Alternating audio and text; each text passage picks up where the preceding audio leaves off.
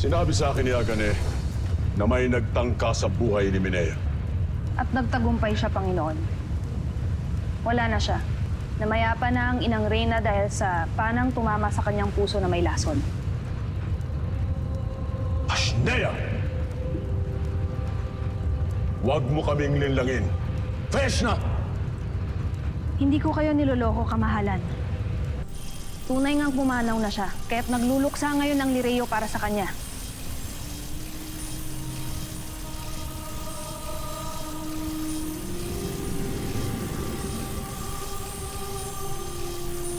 Naririto na ang mga paru-paro na susundo sa inang Reyna upang dalhin siya sa Devas.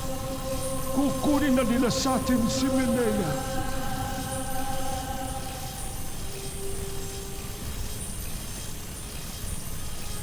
Marami ang nagulat sa kanyang pagkamatay, pagkat biglaan ito. Sino ba naman kasi ang mag-aakala na ang isang reynang namuhay ng ganun katagal ay mapapaslang lang pala ng ganun kadali? Irena! Patay na siya, kaya hindi mo na siya kailangan insultuhin pa.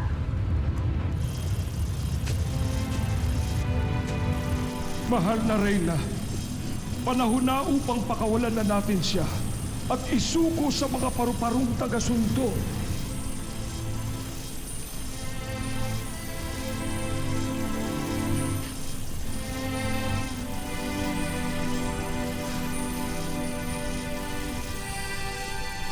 Abisala, Eshma, Ina, sa paggabay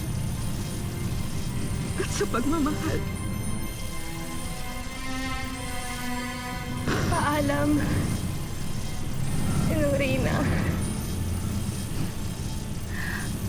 Hanggang sa muli natin pagkikita.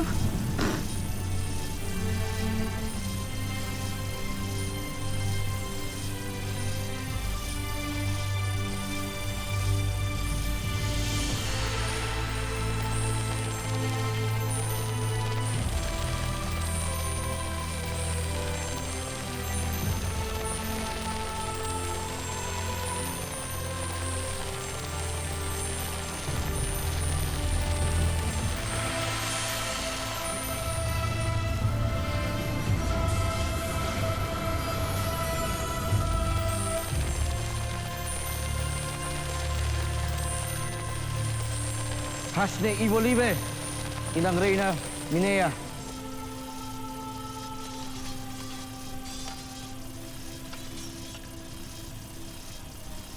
Hasne Ivolive, Reyna Minea.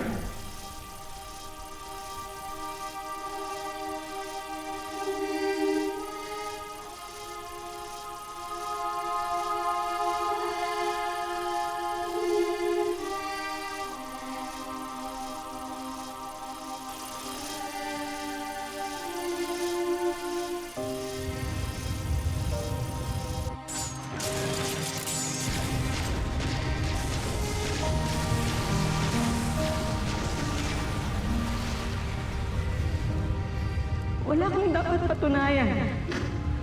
Tanggap kita, mahal kita bilang ikaw. Kaya maniwala ka sa akin. Ginagawa ko to para sa iyo. Bakit nga? Anong dahilan? Kayo na sarili ko pang dugo ang nagtaksil sa akin. Simula ngayon ay tinatagwa ko na kayo.